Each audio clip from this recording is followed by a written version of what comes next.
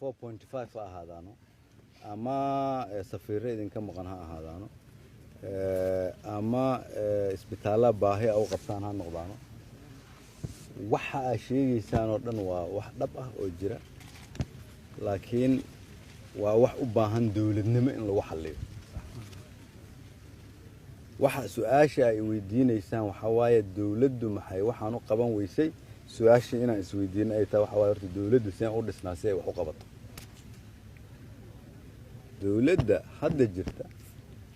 ku dhawaad 30 sanaan dawlad la'aan ahayn Soomaa ku dhawaad 30 sanaan adduunyada u qaabilsanayn xumaanta iyo qarbudaada shaqo fiicanna waa ka soo qaban ku dhawaad 30 sanaan wax duminaynay aan la ku yaqaanaa inaan wax duminaynay markaasa wali dad naga mid ay sii rabaan sidii hore sababtoo waxa laga yaabaa inay faa'iido ku qabeen intaas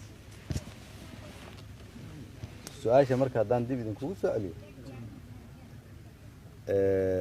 tobanka qof oo meel marta 7 dhalinyaro ah idinkoo kale adigoo kale way adigoo kale tobankii la arko ama kuwa idin ka yaray dadka hadda nidaamka dawladda ku jira boqolkiiba hal ma dhamo bulshada Soomaaliyeed oo awoodda gacanta ay ugu jirto oo la rabo inay wax bedelaan boqolkiiba halkaas waxa ma bedeli karaan boqolkiiba 70 maskaxda caafimaadka qabtay haddaysan iyagu intay is abaabulaan wax bedeli midna waxaan rabaa in aad ugu qanacdiin qof intay wax idin soo qurqurxisay idin keenaysa male haddaadan xoog uga keensanina runaan rabaa in idin sheego sababtoo ah dal waxaan ka shaqeynaynaa xumaantu ay wanaagga noqoto waxaan caadi ahayn ay caadi noqoto yani dal waxaan ka shaqeynaynaa ay caadi iska ahayd in musuqmaasuq uu jiro oo la dhahayo qofku markuu dawladda ama dalka wax ka xado qofkana waa qof raga dal waxaan joognaa leeyahay dadkaan iraado warjiinooyinka ka guura hal idin dhisay warqabyaalada iska daaya musuqmaasuqa joojiya dadkii dalka u soo baxay oo wax ka bedeli lahayna idinka haddaa aamintaan fikir ah marka dawladdan wax ka sugaynaa dawladdana aniga aan aaminsanahay idinka aad tihiin shaqa taal Soomaa shaqa noo taal waxaan rabaa marka inaan kugu bishaareeyo waddankeena waddan aad u fursad badan hadda inta yaroon joognay isbedello waxaan sameynay aan aaminsanahay inay mustaqbalka wax idinku tari doonaan markaad idinku awoodda la wareegtaan ama isbedel dhaqaale oo rajo fiican leh oo deyn cafis ku dhow isbedel amni oo shaqo fiican aan ka qabanay oo ciidamada dib habeen aan ku sameynay ugu yaraan la ogyahay qofka mushaarka la siinayo cid uu yahay aan cid loogu dhiibayn isbedel siyaasadeed oo aan rabno dalka in dastuurna laga hagaajiyo doorashadana nooc kale ay u dhacdo noocyada hore ka duwan isbedel arrimo bulshadeed oo dawladdu markii ugu horeysay adeeg bixiso sababta hadda aniga ila fadhidaan oo leedeen waxaan rabnaa dawladda adeegaasan ka rabnaa waxa aaminsantiin dawladdu inay hadda sida hore ka duwan tahay aniga laakiin waxa aaminsanahay wali shaqo badan ay dhiman tahay waxa kale oo aaminsanahay dawladda idinka inaad tihiin hadii gabdhaha iyo wiilasha halkan jooga iyo kuwa xudur jooga iyo kuwa cadaadad jooga iyo kuwa caabud waqti jooga kuwa boosaaso jooga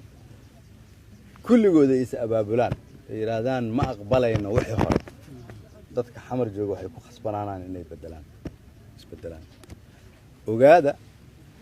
kuwa hadda nidaamka ku dhex jira kaligood ma keeni karaan isbedel haddaan isbedel banaanka uga imaan isbedelkan idinka matala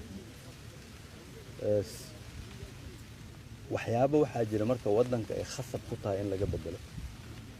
boqolkiiba 50 ugu yaraan shacabkeena waa gabdho ama haween waxaan rabnaa in waddankeena rag kaliya uu ka shaqeeyo boqolkiiba 50 shacabkeena aan rabnaa inaan banaanka intaan iska dhigno adduunyada boqolkiiba 50 kula tartanno يعني كينيا لما ترتمي كرنا أما رواندا لما ترتمي كرنا نرويج سويدن بس كذا عرضنا مسكحة خراء ودوجودي وقبيلات كوسا لسنات ومسوماس كوسا لسنات ونجعليس كوسا لسنات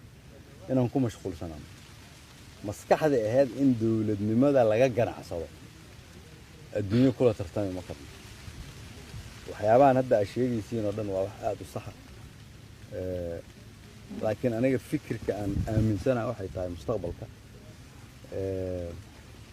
in dad la meeleeyo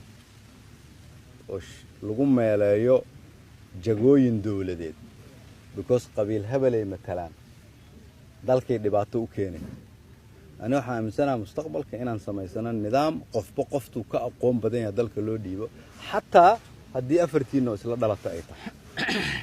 very good xataa haddii sideediino walaala ay tahay laakiin imagine marka la yiraahdo qabiil hebelna intaasoo safiiran siinayna daday soo xulaayeen ama la keenaa marka African Union la joogo ama European Union la joogo ama UN la joogo dadna matalaan u baahanaa oo xuquuqda dadka Soomaaliyeed difaaci kara hadda sidaas uma dhaqano waxaana loo baahan yahay isbed waxaan ku qanacsanahay wixii hore